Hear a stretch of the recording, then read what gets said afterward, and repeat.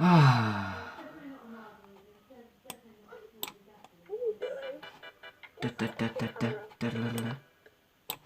have to turn you guys up somehow. He loves me. Shut up.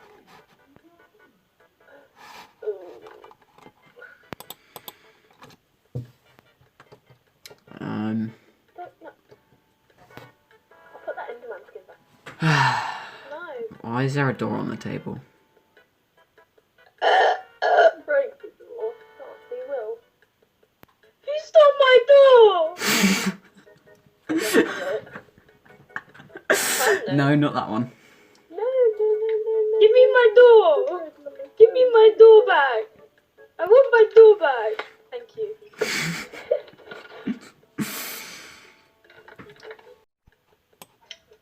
All I'm gonna say is previous attempt was a fail, a big fail, but, you know, we got as much time as, well, almost as much time as we want. I changed my skin. That's good, I guess. No netherrack. No.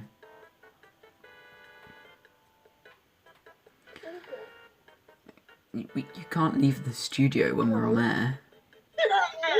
Get back here now. Anyway. Last stream I got my horse in here. Yes, anyway, we have to ask this because it's like... We have to ask this because I don't even know. But, how was all your days? What? Lovely. Good. Actually, nothing interesting happened. I mean, I made ears for cosplay, but that's it. Oh no. Both of you are cosplayers. Oh, no.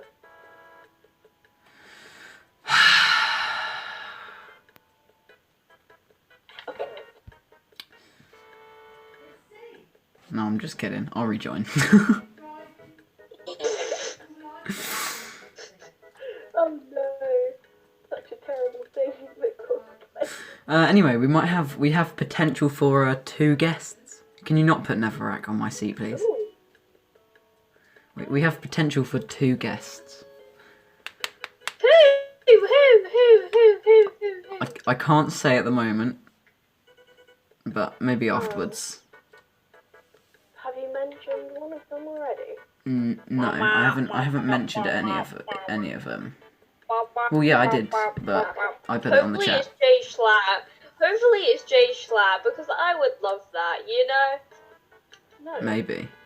Why not?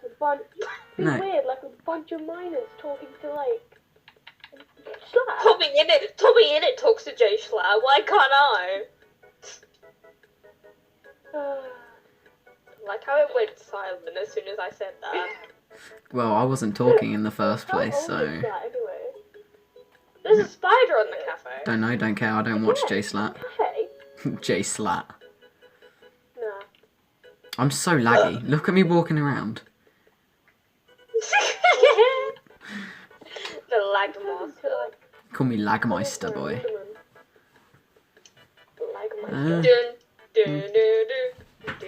Don't have anything to talk about, so all I'm gonna do is, I'm Mr. I'm Mr. Heathlitter. I'm Mr. Tembelow. Friend calls me a snow miser. Whatever I touch turns to snow. Okay, I'm muting you. I'm too. I accidentally left. Oh god. Uh-oh. Oh no. Have you stopped singing? I don't want your rotten. Give me the drugs. I gave it to you.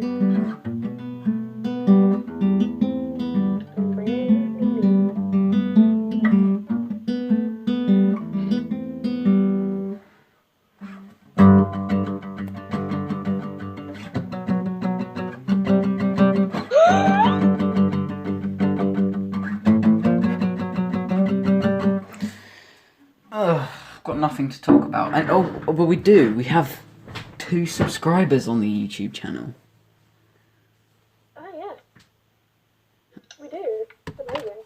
That is, and we have like 7 views on that one Instagram IGTV video. Yes. But still, the only like on it is me. My bell. I'm gonna put it down. No, we don't need the Twitch Prime. Or do we? Okay. We're not on Don't even Twitch. use. Yeah. Not live. Well, we can get the subscribers in. Yeah. Anyways, carry on talking. Yeah, go on then. I don't know what to talk about. I've talked about everything I need to. Twitter account. Yeah. I still need to make the Twitter account. All popular YouTubers have Twitter accounts. Yep. Who are you talking to? Friends. Okay. Wow.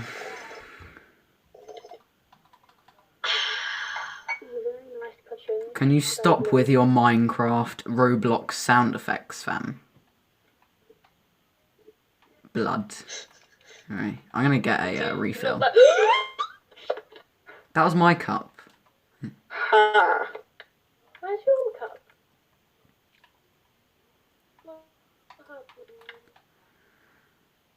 Don't worry, I'm getting something. I'll be right back. I thought you were gonna go in the prison then. Hello. I'm getting something very essential. Hello. Very laggy. Getting your horse? I'm not getting my horse. Shut up. I could get my dogs. I'm gonna get my dogs. Oh yeah. Ben and Henrik. Yeah. What have you got?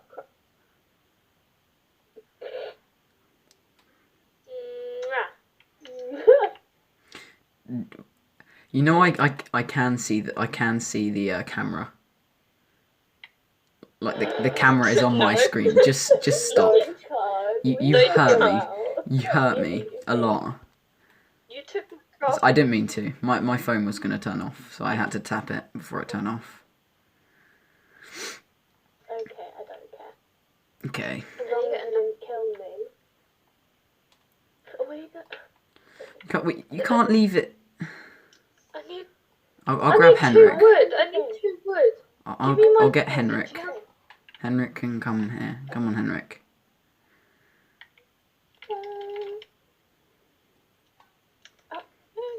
Oh, I could read out some creepypastas. Yay! Oh my god. You know your mic has the quality of a banana. Yes. Very long. Oh my. I was eating a banana earlier. I should never say that. Banan. What? He said my quality of my mic is a banana. It's like a banana. I said yes, very long.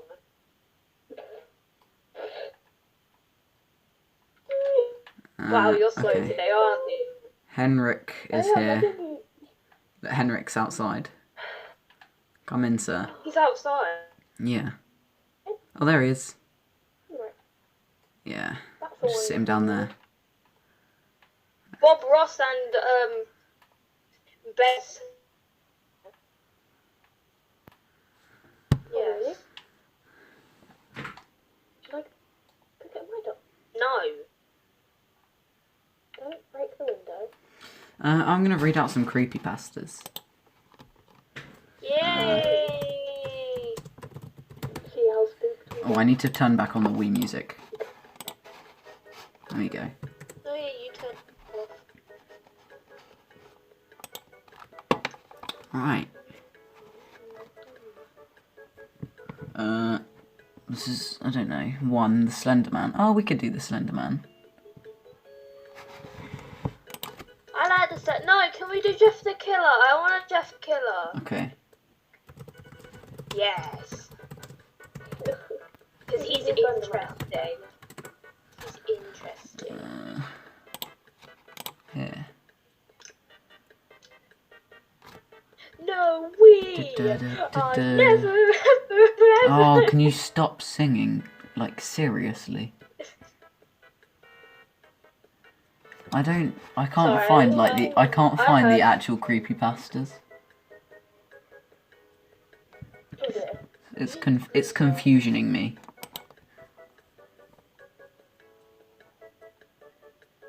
Okay. I think I disconnected. Yep.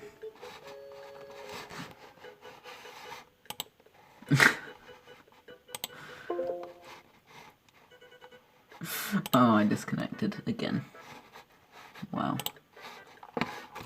What happened?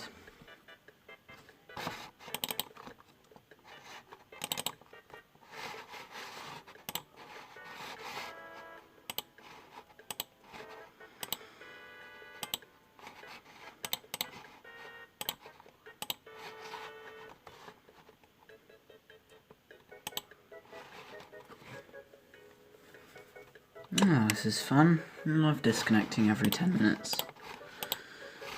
Just gonna do that then. Pog.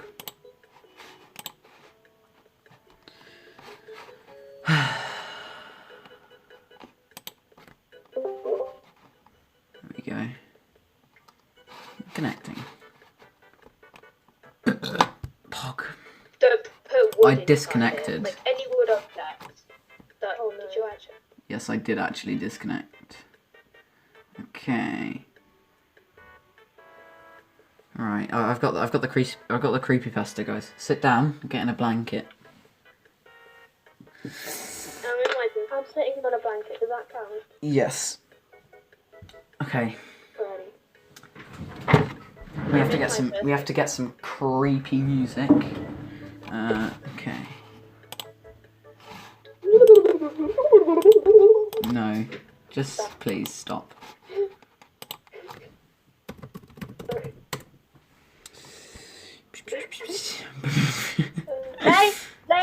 Play Mela High. Mela, yeah. No, because copyright. You read it. Oh yeah, copyright.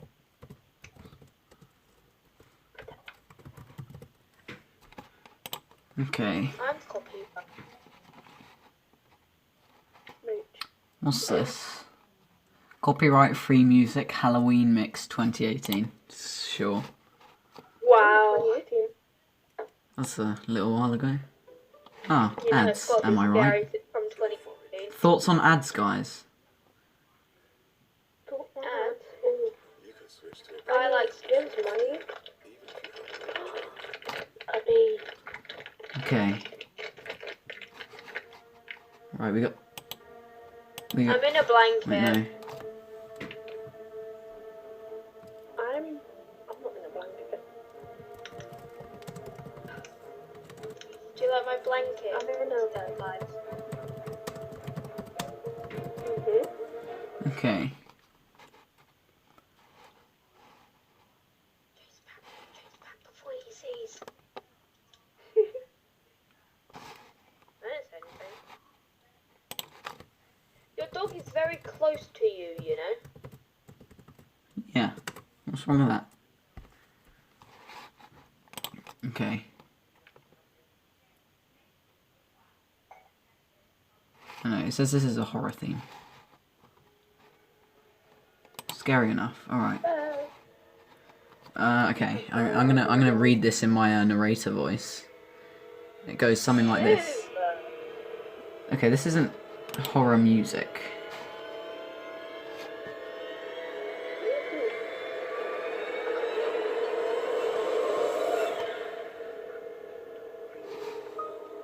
Yeah, I don't think this is a. What's this? Hola, buenos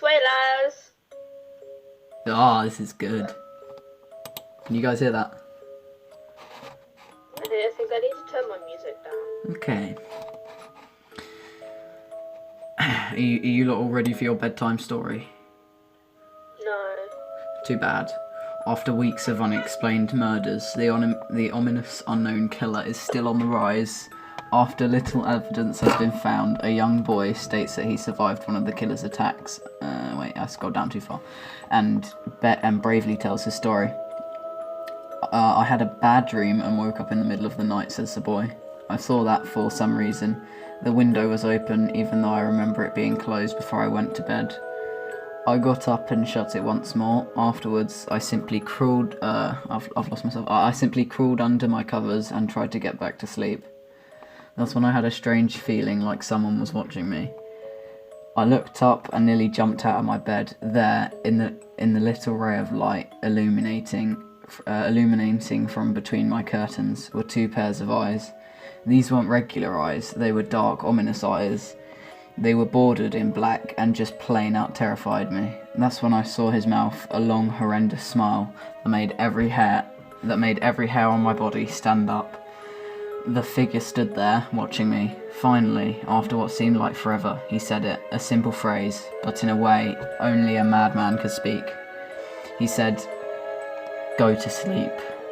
Wow, that'd be so much better without the voice crack, but I let out a scream. That's what sent him at me. He pulled up a knife, aiming at my heart. He jumped on the top of my bed. I fought him back. I kicked, I punched, I rolled around, trying to knock him off me. That's when my dad busted in. The man threw the knife. It went into my dad's shoulder. The man probably would have finished him off if one of the neighbours hadn't alerted the police.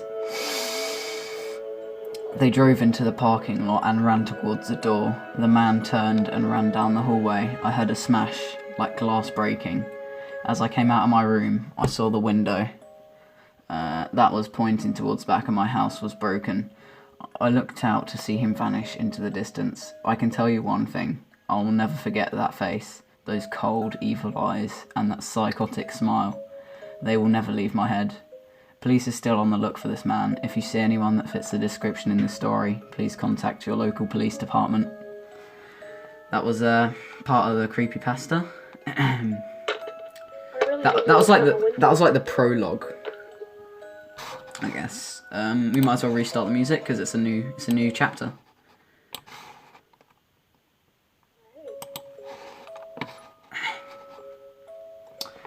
Jeff and his family had just moved into a new neighbourhood. His dad had gotten a promotion at work, and they thought it would be the best to live in one of those fancy neighbourhoods.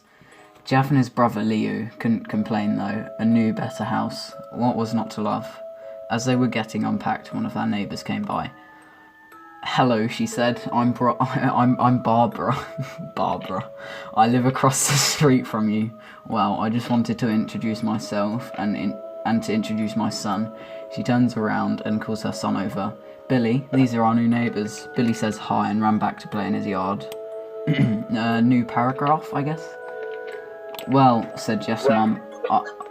What? I hear myself. "Well," said Jeff's mum, "I'm Margaret, and this is my husband Peter, and my two sons Jeff and Leo." They introduced themselves, and then Barbara invited them to her son's birthday. Jeff and his brother were about to object when their mother said that they would not. Oh my god, I can't read. Said that they would love to. When Jeff and his family had done packing, Jeff went up to his room. "Mum, why would you invite us to some kid's party? If you hadn't noticed, I'm not some dumb kid."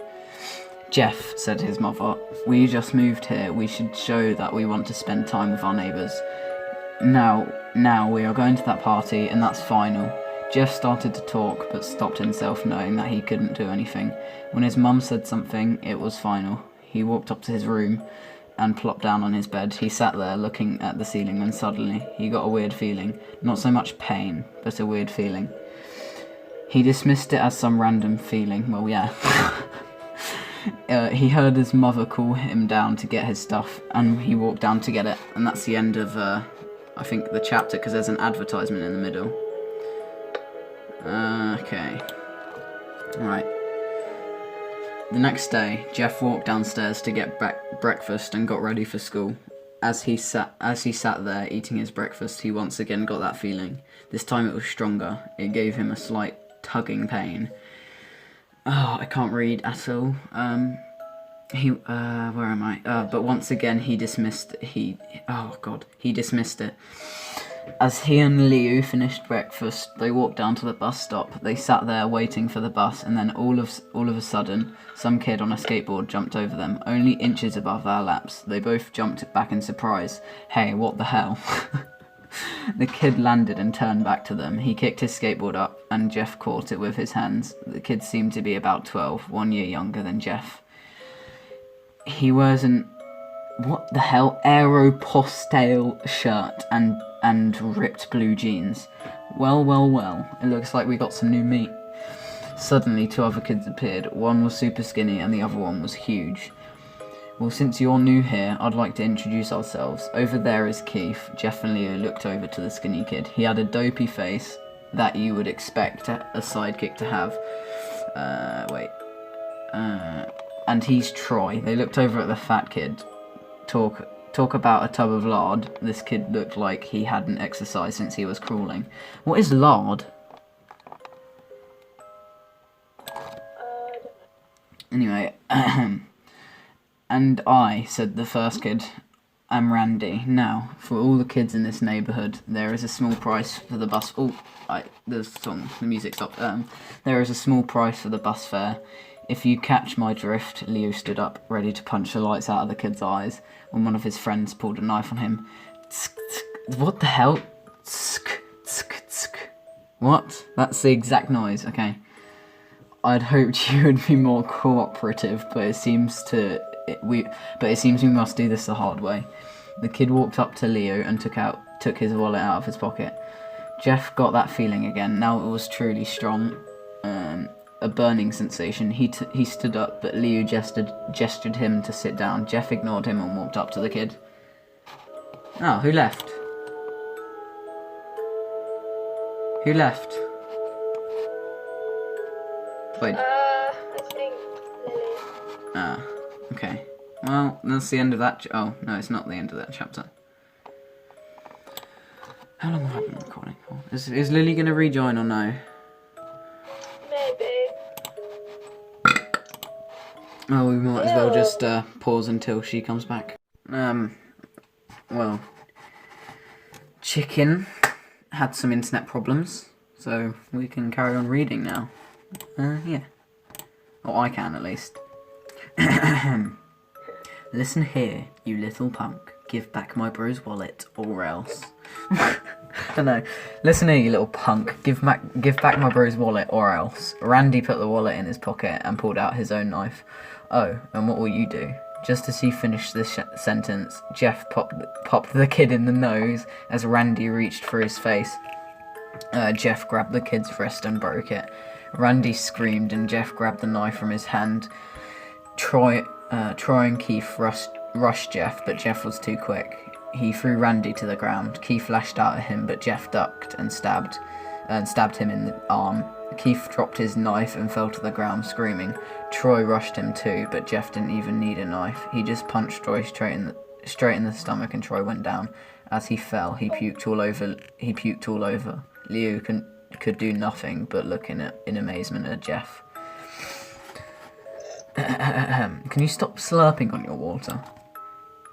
Sorry, that was a little bit. That's the last little bit. Okay. Jeff, how'd you, was all he said. They saw the bus coming and knew they'd be blamed for the whole thing, so they started running as fast as they could.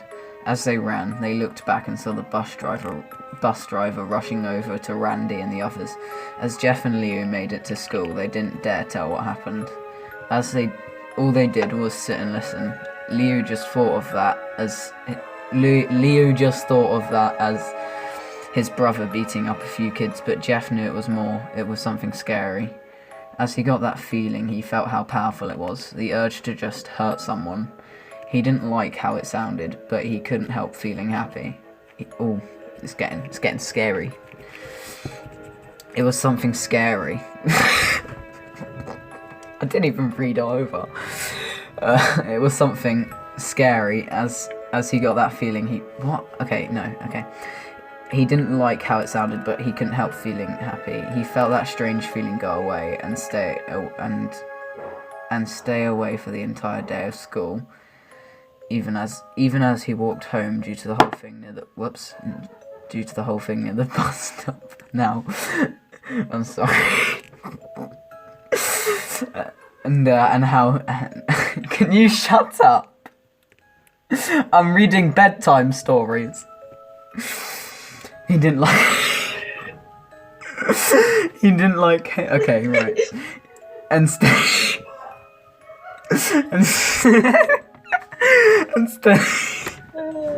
and stay away for the entire day of school, even as he walked home due to the whole thing near the bus stop and how he probably wouldn't be taking the bus anymore. He felt happy. When he got home, his parents asked how his day was. He said in a somewhat ominous voice, "It was a wonderful day." Next morning, he heard a knock at his front door. He walked down to find 2 police officers at the door and his mother looking back at him with an angry look. "Jeff, these officers tell me that you attacked 3 kids, that it wasn't regular fighting, and that they were stabbed, son." Jeff's gaze fell to the floor, showing his mother that it was true. I need to scroll down. Okay. "Mum, they were the ones that pulled the knives on me and Leo." "Son," said one of the cops, "we found 3 kids, 2 stabs, and 1 having a bruise on his stomach, and we have a witness proving that you fled the scene. Now, what does that tell us?" Jeff knew it was no use. He could say him and Leo had been attacked, but then there was no proof of it. There was no proof of it. Oh my god. There was no proof it was not them who attacked first. They couldn't say that they weren't fleeing, because truth be told they were. So Jeff couldn't defend himself or Leo. "Son, cool down your brother. Jeff couldn't do it since it was he who beat up all the kids. Sir, it was me. I was the one who beat up the kids. Leo tried to hold me back, but he couldn't stop me." The cop looked at his partner and they both nod. "Well, kid, looks like a year in juvie." Scroll down. "Wait," says Leo. They all looked up to see him holding a knife. The officers pulled their guns and locked them onto Leo. "It was me. I beat up those little punks. I have the marks to prove it." He lifted up his sleeves to reveal cuts and bruises, as if he was in a struggle. "Son, just put the knife down," said the officer. Leo held up the knife and dropped it to the ground. He put his hands up and walked over to the cops. "No, Leo, it was me who did it." Jeff had tears running down his face. "Huh? Poor bro." This is just not grammar. Trying to take the blame for what I did. Well, take me away." The police led Leo out to the patrol car. "Leo, tell them it was me. Tell them I was the one who beat up those kids." Jeff's mother put her hands on his shoulders. I got to scroll down again, because this is just a dialogue bit. "Jeff, please, you don't have to lie. We know it's Leo. You can stop." Jeff watched helplessly as the cop car speeds off with Leo inside. A few minutes later, Jeff's dad pulled into the driveway, seeing Jeff's face and knowing something was wrong. Son, what is it?" Jeff couldn't answer. His vocal cords were strained from crying. Instead, Jeff's mother walked his father inside to break the bad news to him as Jeff wept in the driveway. After an hour or so, Jeff walked back into the house, seeing that his parents were both shocked. I just realised the music stopped. No, I did not mean to do that. Okay. After an hour or so, Jeff walked back into the house, seeing that his parents were both shocked, sad, and disappointed. He couldn't look at them. He couldn't see how they thought of Leo when it was his fault. Okay, wait, I need to catch up. Okay. He just went to sleep, trying to get the whole thing off his mind.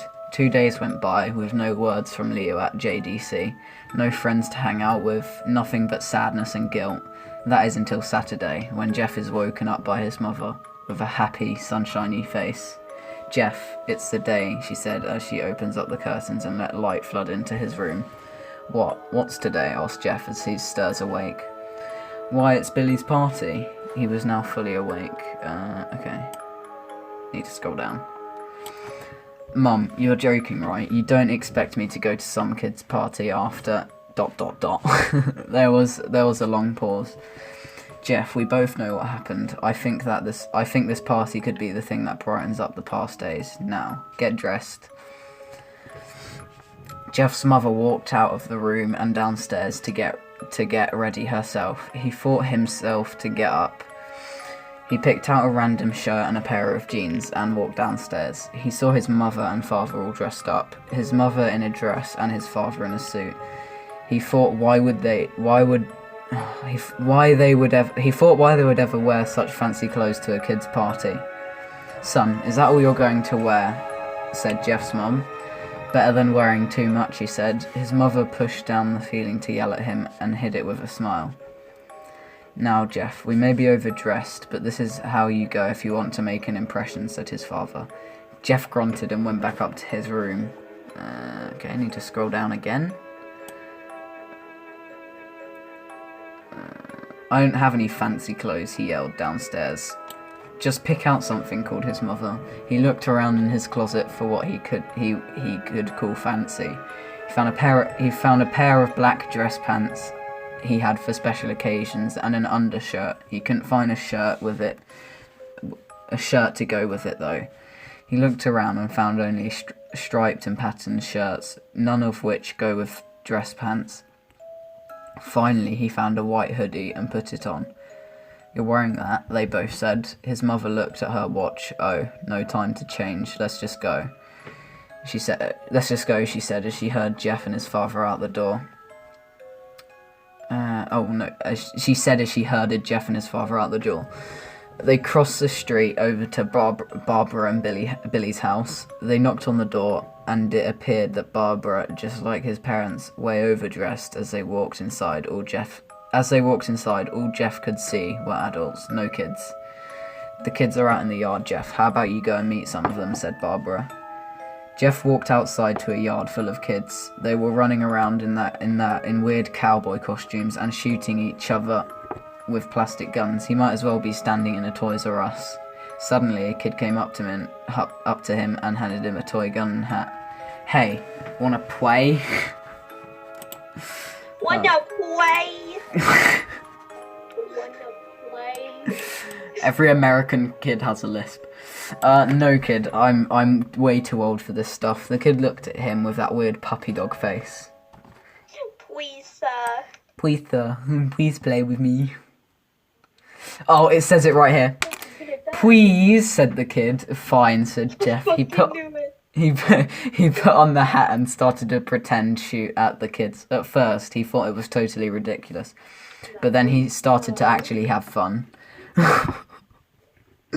It might not have been super cool, but it was the first time he had done something that took his mind off of Liu. So he played with the kids for a while until he heard a noise, a weird rolling noise. Then it hit him. Randy, Troy, and Keith all jumped over the fence on their skateboards. Jeff dropped the fake gun and ripped off the hat. Randy looked at Jeff with a burning hatred. Hello, Jeff is it? He said. We have some unfinished business.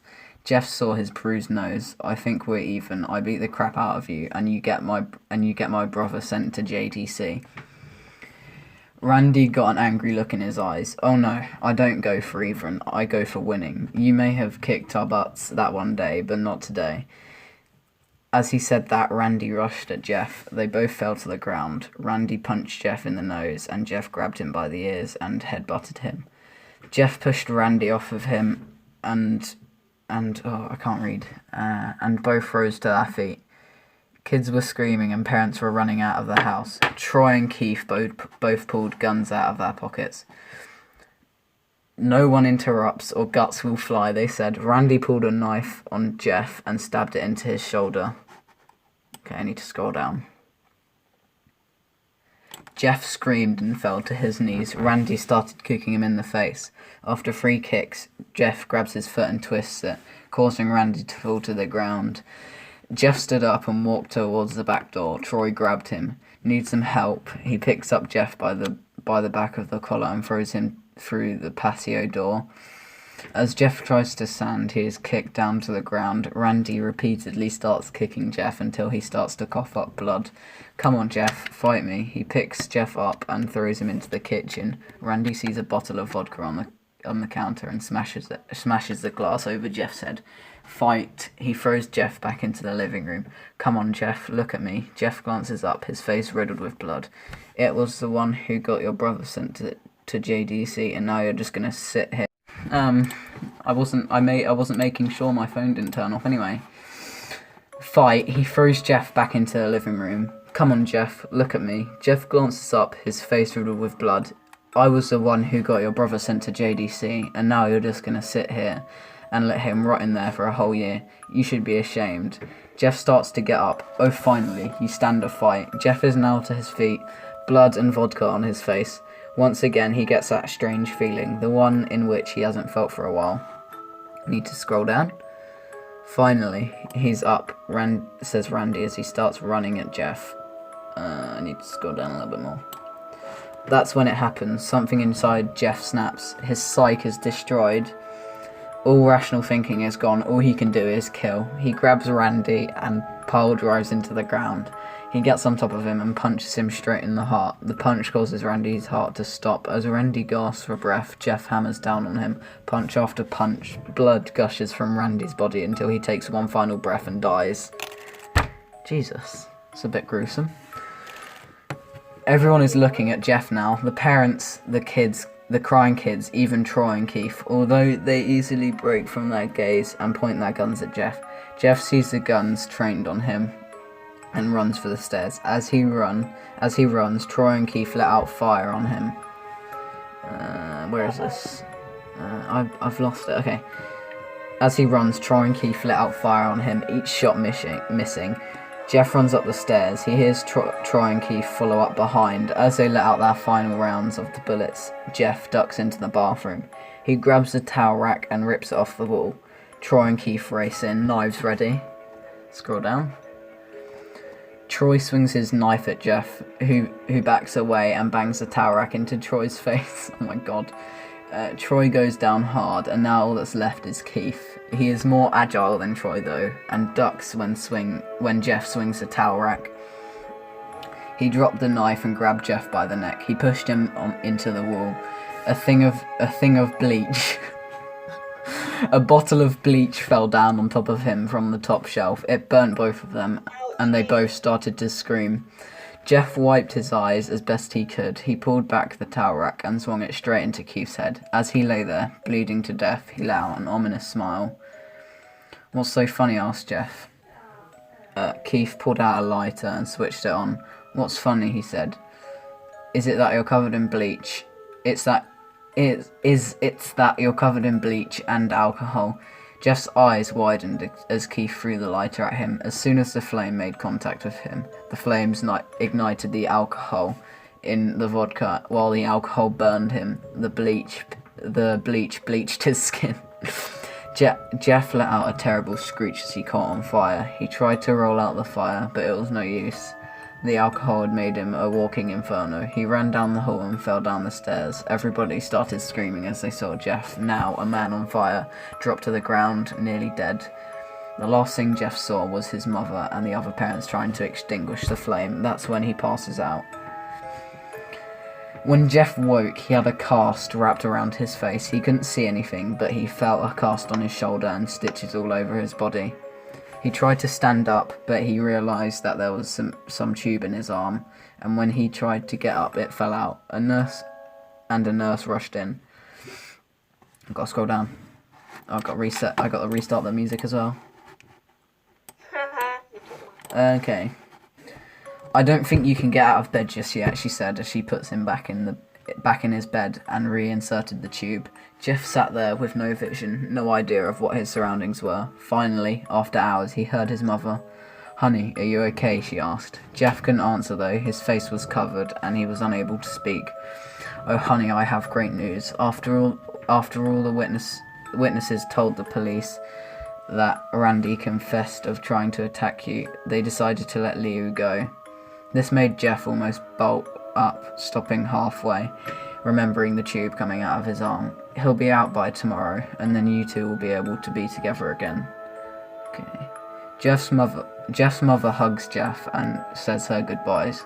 The next couple of weeks were those where Jeff was visited by his family. Then came the day where his bandages were to be removed. His family members... Oh, I just spat everywhere. I've lost it. His family members were all there to see it. What he would look like. As the doctors unwrapped the bandages from Jeff's face, everyone was on the edge of their seats. They waited until the last bandage holding the cover over his face was almost removed. "Let's hope for the best," said the doctor. He quickly pulls the cloth, letting the rest fall from Jeff's face. How many? Like, why can't they just say he or his face? They have to say Jeff with every chance they get. Yeah. Jeff's mother screams at the sight of his face. Leo and his dad stare awestruck at his face. What happened to my face? Jeff said. He rushed out of bed and ran to the bathroom. He looked in the mirror and saw the cause of distress. His face. It is horrible. His lips were burnt to a deep shade of red.